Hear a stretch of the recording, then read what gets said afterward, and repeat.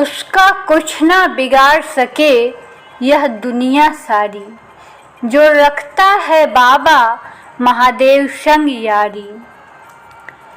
जिसके तांडव से हिलता धरती आकाश और पाताल है, वो भक्तों का भोला और पापियों का महाकाल है। आती हूँ महाकाल, दर पे तेरे अपना सर झुकाने को। 100 जन्म भी कम है भोले, एहसान तेरा चुकाने को। दरअसल यह कहानी शुरू होती है नारद जी के विचारों से। नारद जी धरती पर रहने वाले लोगों को देखते हुए स्वर्ग में विचार कर रहे थे।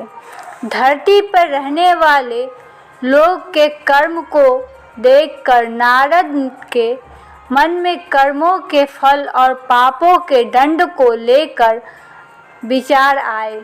अपने यह विचार लेकर वह ब्रह्मा जी के पास जाते हैं और ब्रह्मा जी से पूछते हैं, हे ब्रह्मा जी, यदि बुरे कर्म करने वाले इंसान अच्छे कर्म करने लगे तो क्या वह अपने पापों से मुक्त हो सकता है? क्या वह अपने पापों से मिलने वाली सजा से बच सकता है?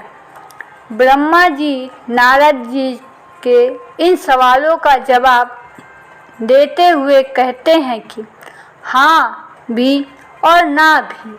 हाँ का मतलब यह है कि अगर कोई इंसान अपने किए गए पापों से मुक्ति पाना चाहता है तो इसके लिए निस्वार्थ भाव से अपनाया गया दान, पुण्य और धर्म, भक्ति का रास्ता सबसे उत्तम होता है। अगर इंसान दिल से अपने पापों का प्रायश्चित करते हुए निस्वार्थ भाव से दान, पुण्य, धर्म और भक्ति का रास्ता अपनाता है तो वह उस जन्म में अपने मिलने वाले पापों से दंड से मुक्ति हो सकता है।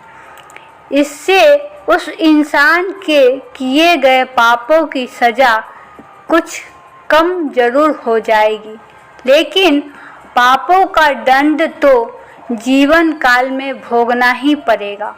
किंतु कुछ जघन्य अपराध यानी घोर पाप ऐसे होते हैं जिसका दंड शारीरिक एवं मानसिक रूप से न सिर्फ इस जन्म में बल्कि आने वाले एक या कई जन्मों तक भोगने पड़ते हैं।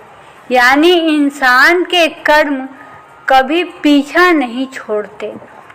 तो ऐसे में अगर इंसान दिल से अपने पापों का पश्चाताप करते हुए निस्वार्थ भाव से दान, पुण्य, पशु पक्षियों तथा लाचार इंसान एवं जानवरों की सेवा, धर्म और भक्ति का रास्ता अपनाता है तो आगे के जन्मों में पिछले वाले जन्मों के घोर अपराध की सजा नहीं भोगने पड़ेंगे।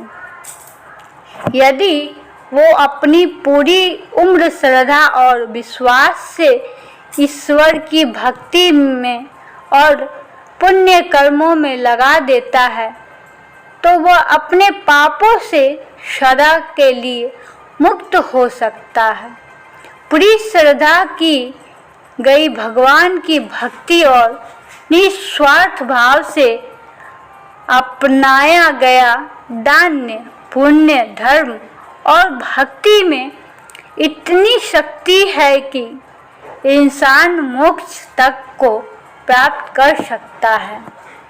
और नहीं का मतलब ये है कि अगर वो इंसान दान, पुण्य, धर्म, भक्ति का रास्ता या कोई भी अच्छा कर्म निस्वार्थ भाव से न अपना कर किसी स्वयं के मकसद को पूरा करने के लिए या लालच से अपनाता है तो इसे दिखावा बोला जाता है।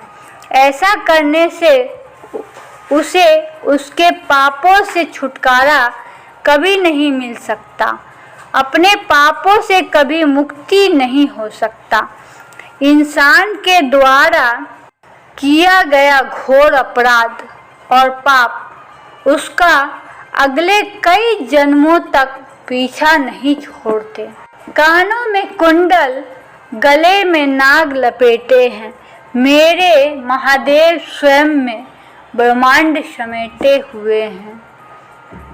गांव का छोरी हूँ, ये मत समझना अकेली हूँ।